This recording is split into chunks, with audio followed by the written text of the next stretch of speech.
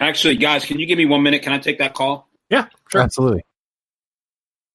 Mike and I are ready to do this podcast with Gerald, and he walks away. Too big, too important for talking to Mike and I. I get it. It's good to be the Gerald, I guess, but All right, sorry about that. no problem.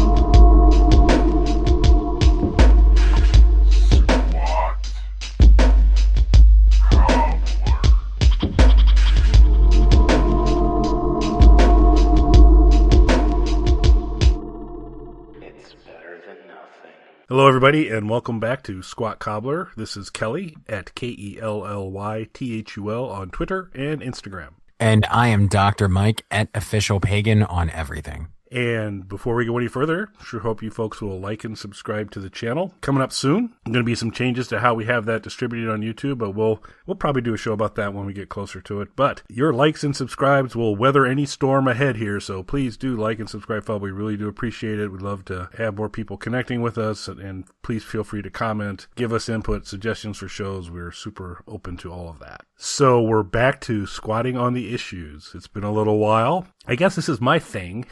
I'm the one that. Yeah, this is the Kelly world. Yeah, this is the controversial world that we go into. But I was just thinking, Mike, people out there have a lot of questions. There's lots of stuff going on, and they're not really sure how to piece some of all this together.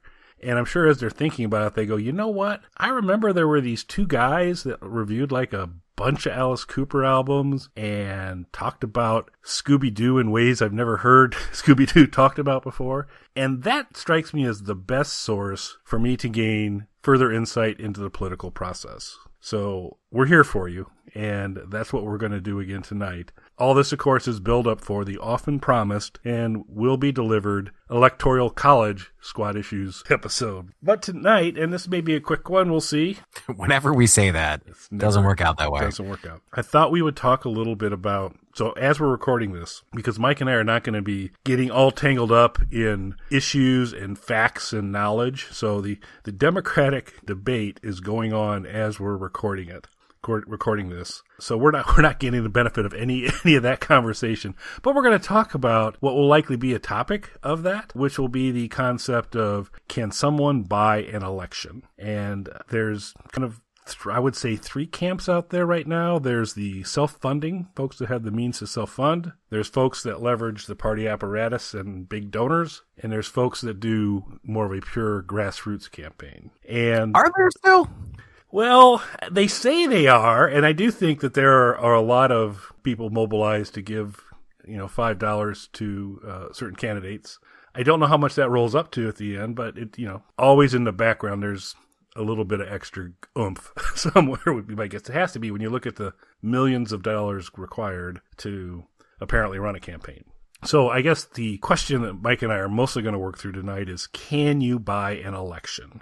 So, Mike, what's your point of view? Do you think someone can actually buy an election for the highest office in our country? Is that possible? Absolutely. Yeah, you can buy elections for pretty much any size office. In fact, I would argue you have to buy the election for the highest office without too many spoilers into our Electoral College episode. You are out there campaigning to people. You're out there promoting. And in theory, the person who is the most popular with the people is going to become president. So if it worked the way it's pitched, then you're definitely buying the election. It's a mixed bag for me. One, I don't think it's as simple as if I spend the most money, I win. I don't think that's sure. And I'm sure there's examples of people who've spent a lot of money and not gotten anywhere. This is an unfair comparison, but it's my closer to me comparison. When you're marketing anything, and I'm sure Kelly has a lot of experience with this coming from the corporate world, but I'll approach it just from the music thing. There were times, especially like when we first got on a major label and we were like, we want to have ads on this site because it's the most popular metal site and we want to be in this magazine, and a bunch of money was spent, and we found that those didn't go anywhere. Those ads didn't get us any new fans or do anything like that. So we found instead that small targeted advertising works significantly better for us. So it's not just the amount of money you spend. It's definitely where you're spending that money. So I do think there is some balance there. But if you don't have the money to spend, the people don't know you're out there to begin with. It's almost a different question, because if the question is, does it take money to win an election? Absolutely. It takes, and for the presidency, a lot of money. But they're all spending a lot of money, and it's, then it comes down to a degree of, so it's who's paying for it. If you're paying for it out of your pocket, is that any better or worse than you say, well, I'm above the fray. I'm not trying to buy the election with my own money. I'm taking money from these people and spending it to try and win the election. And I'm buying the election with their money. So I'm pure. And I would say, no, you're not, because you're still spending money. But in some ways, you go, and this was, gosh, a million years ago, when Donald Trump was first running for office. It seems like. Back on his first term? Yeah, back on his first term of the 1,000 terms. He, one of the points he was making is, nobody's going to tell me what to do because I'm paying for all this stuff myself. Now, I think over time he said, hey, this is a lot of money. I think I'm gonna do the donation thing. But there's a point to say, hey, if you're beholden to no one, if you're just using your own funds and you're putting your money into it, you don't have any special interests from there. And so in some ways, does that make you a pure candidate than the person who is now beholden to either big donors or a large base with their own interests who've given money to it? I just don't buy that it's as simple as, if I just simply outspend everybody, I'll win. Because I still think at the end of the day, that really demeans the voter to say, I'm just going to wait here and watch TV, and whoever I see the most commercials of is the person I'm going to vote for. Not that there's not some people that works on, but I would hope a lot of people take this a little more seriously and actually kind of listen to the content and recognize it's a commercial. It may not be Wikipedia true, and you may want to explore a little further what's being said and actually listen to the person. But I think to get the attention, you do have to spend the money to get out there. But so I believe it takes money, but I don't believe that there's anything morally superior from funding grassroots versus paying out of your own pocket. Kelly's point of view. I would agree with that. There is no moral superiority there. And I think the true proof of that, well, first off, I do need to comment on something that you said before I lose my train of thought there. I don't think the idea that advertising can buy someone's vote is demeaning to voters. I think our voting system is demeaning to voters. Go on. Well, again, I don't want to get into too many spoilers there. I think the entire system, though, is demeaning to voters. As far as can you buy? So there was a conversation that I had with Vex on his podcast a while back. Another noted electoral college scholar, by the way. Yes, absolutely. But he was asking, we were talking about marketing, and he was asking how I had come up with the name Pagan for the band. So I gave him, there's two versions of the story. The first version is I had that name in the back of my head since I was in like early punk bands when I was like 10 and 12 years old. I knew I was going to do something with that name. I had this necklace and somebody had scratched the word pagan into it at a show from one of my early bands, and I still have it. And I kept that, and I think I was 12 or 13 years old, maybe at the oldest. Still have it. So in the back of my mind, that was going to be a thing. But then I took a marketing course. And during the marketing course, it ruined everything I've ever watched ever since. Everything I've ever watched or ever listened to. But I learned a lot about psychology and marketing. And one of the things that you see, particularly, and the best example of this, and I'm not trying to offend anybody or anything like that, but the best example of this is like things that are targeted towards lower income base. So like fast food, for example, something that's targeted as being cheap. So the average person needs to see and hear something at least 3 times to commit it to long-term memory. So think of a commercial for a fast food chain. Think of like, I'm not trying to pick on anybody in particular, say like KFC. That seems easy because there's no KFCs near me, so they can't ruin my food. But think of KFC. Think of a KFC commercial. How many times do they say KFC and show you that logo? So the average person needs to see and hear it 3 times. For someone that is below average intelligence, that number starts to rise as their IQ drops. And there are studies that correlate lower income people with lower IQs. I'm not saying I agree with that. Don't leave hate mail in there. I'm just telling you what marketing executives say. So if you watch something that is targeted towards a lower income demographic, they will say and show you that logo like 100 times in a 20-second spot. It's because they're talking down to you as the consumer. So think about when you're watching political ads and how many times they show you their logo and say their own name in the commercial.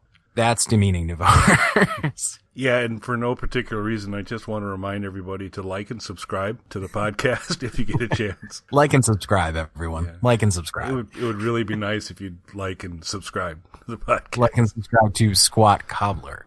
The Squat Cobbler podcast is what you're going to like and subscribe to. So that would be great. Squat Cobbler. So Squat Cobbler. So I'm not saying that I agree with that, but I have ever since I took that class. You can't help but notice that things that are targeted towards a lower income demographic plaster their logo and say their name over and over and over again in the shortest amount of time possible. Now look at the political ads and see, now they all have to do that. Branding is real for any demographic. Branding is an important thing, but think about your candidate, whoever that might be. And then think about how many times they ram their own name down your throat in their commercials versus a different candidate. That's them specifically talking down to you because their marketing people told them that their demographic is stupid. And the only way that they can get you to remember to go out to vote for them is to say that their name to you like 40 times. Or if you happen to... Squat Cobbler. Yeah. And another thing I'd like to mention on the Squat Cobbler, please like and subscribe podcast is, I've lost my train of thought now, but so let's say you're not a big fan of somebody, because you'll see that also in that while you'll hear the names of a lot of candidates in this particular go around for the presidential election, you hear somebody else's name a lot because I think they're just trying to further connect to the people that it's not only sometimes recognize my name and vote for me, but there's a little bit of, hey, recognize this name. You don't want any more of this, right? So I'm the person who'll take care of that. Because some other individual's name gets mentioned quite a bit in the commercials that are running right now. Who is that? Well, that would be President Trump. He's made a pretty regular appearance, at least, particularly in the Bloomberg stuff. And that's realistically, since our primary, I'm in Illinois, our primary is a little while away. Basically all we're getting right now is national ads, and that's been his kind of stock and trade. And so far, we're getting a really steady diet of Michael Bloomberg stuff. And Bernie Sanders on YouTube, in fairness. So we get a lot of Bernie on the YouTube pre-roll, so that's interesting. So how have none of them been on Pornhub yet? Well, I've been looking for political ads hard, doing research for this very episode, right. And I've known about for hours now. Your dedication to the show is notable. Dedication is Squat Cobbler, like and subscribe. That's right. So I don't think I've ever heard of any politician utilizing that platform beyond the erroneous Ted Cruz at one point in time on a video. That's about the only time that I've heard of a strong pairing of the political system with Pornhub. But formally. But continue your research. I'm sure you will. I'm going to keep looking into this for you, Kelly. Yeah, that's what I do. I do the back-breaking hard labor of this show. That's right, to give us that strong base to come with these very intriguing opinions we have. So yeah, I mean, where it comes down to for me on the whole, I am, if the question is, if you simply outspend everybody, do you guarantee yourself a win? The answer to me is no, but that doesn't discount the fact that if you are going to win, you're going to have to find some way, whether it's out of your own pocket or others, to put a lot of money in the market to even get any sort of recognition, to even stand a chance. You can't buy an election, but elections aren't cheap, is my final assessment of the situation. Squat Cobbler. Squat Cobbler, like and subscribe. I would say that you can't outright buy an election. I mean, we've seen with product launches, movie launches, whatever it might be, tons and tons of money dumped into something and just have it fail. And that can happen with politics as well. However, we've truly never seen something that's come out as a product launch or a movie launch or anything like that, where literally no money was spent on marketing and then it makes a ton of money. Now, something can make money in a profit margin sense of we didn't spend anything, so everything that we make is essentially profit. But something to really reach blockbuster status on that, and before any idiot writes Blair Witch Project in the comments, like and subscribe. One of the things that I would point out to you, so that's something that a lot of people bring up, especially like independent filmmakers and things like that, or, you know, that only costs $60,000 or $70,000 to make. But then it was sold on an open film market for over $1 million. It needed a couple $1 million in post-production work done to it. And then there were tens of millions of dollars spent marketing it. So the actual budget of Blair Witch Project was millions and millions of dollars. Now, it was significantly less than other films that came out that year, even with that big marketing budget and post-production costs tacked onto it. But it's not true to say that Blair Witch Project only costs, you know, $60,000 or $70,000. That's what they initially spent to shoot the raw footage that eventually became the movie. But it's misleading to make it sound like that's all it cost. And I think we see a lot of that with politicians as well. We see a lot of people who do the Bruce Springsteen and purport themselves to be, you know, just one of the regular people. We have never had a president who wasn't wealthy. That's never happened in the history of this country. We don't have anybody winning elections who doesn't spend exorbitant amounts of money. Even though I would agree with Kelly that they didn't buy the election, they're not winning. Still not in the larger arenas of, say, like, you know, big federal appointments like president. They're not winning that without spending money. So I think that there's also this untrue image that certain people put forth of like, I stand with the little guy. I'm not spending any money. I'm not doing this, except you're watching their Super Bowl ad for that they spent millions of dollars on to tell you how they're not spending money and they're not like the other guys. Like and subscribe. Here you go. So I just want to, and I feel comfortable making this promise to the Squat Cobbler listeners from Mike and I. We will never take money from large corporations. We will, however, take products to test and review and give you a positive review. Give us stuff, like and subscribe. We need to start working at give us free stuff a little bit too, I think. Give us free stuff. Give us free stuff. Yeah. So we'll take that and then give a unbiased positive review of your stuff. Please send it to us. But outside of that, we'll never kowtow to the man. So with that, the exception of the individual that Mike preemptively called an idiot before they even commented, we do hope some of you do like and subscribe. And except for you, idiot, you know who you are. It's not you good people who liked and subscribed. Right, that's right. It's that other guy. Yeah, other guy. Probably a member of Hanson. So I don't know of a better way to end than a Hanson dig. So with that, I'm good for this week. How about you? It's good for me, sir. All right. Thanks for listening, everybody. Thanks, everybody. Now, you didn't really think we were going to go away, did you? Yeah, we haven't left yet, because as we were winding down the show, doing our post Squad Cobbler stretch, loosening up, all that good stuff, Mike had mentioned that he had some additional important pieces of information to share with you that he forgot to mention in the episode. So without further ado, the appendix to the latest Squad issues, I turn it over to Dr. Mike Bolensky. Well, this is something that actually hasn't been announced anywhere yet, but on the magical day of 4/20 in 2020, that's right, the fourth month of 2020, so it's a special 4/20, I will be mayor for the day of Hell, Michigan. Now, you might be thinking, hey, that sounds like a weird promotional stunt because it's 4/20 and I was in a bunch of weed magazines because I made that Evil Bong movie and we have tons of songs about weed and the Marijuana Music Awards and all that kind of stuff. You're right, but it's actually more than that. It's also to promote my new album, Session. And it's really our new album because Kelly appears on the album as well. Indeed I do. And as always, if I may say, I carry it once again. He definitely does. And you can pre-order that album right now at officialpagan.us. But, and for a very low cost, might I say, officialpagan.us. I'm not speaking down to you people. But for just $5, because we're billing it as a mini album, which is something that was really popular in the 70s and 80s and has mostly died off. It's longer than an EP, but a little bit shorter than a traditional album. Also in special edition vinyl forms and things like that. You can find all about it at officialpagan.us. But I felt like this was important to mention in terms of buying an election. Now, I don't know if you noticed, I didn't do any campaigning for this, but I am going to be the for real mayor for a day promoting an album. So maybe, just maybe, our political system isn't as squeaky clean as you guys think it is. Before we go, I have to ask, Do you have an agenda for the day? Is there anything you're going to want to make sure that the people of Hell, Michigan remember your one-day reign of terror after you leave?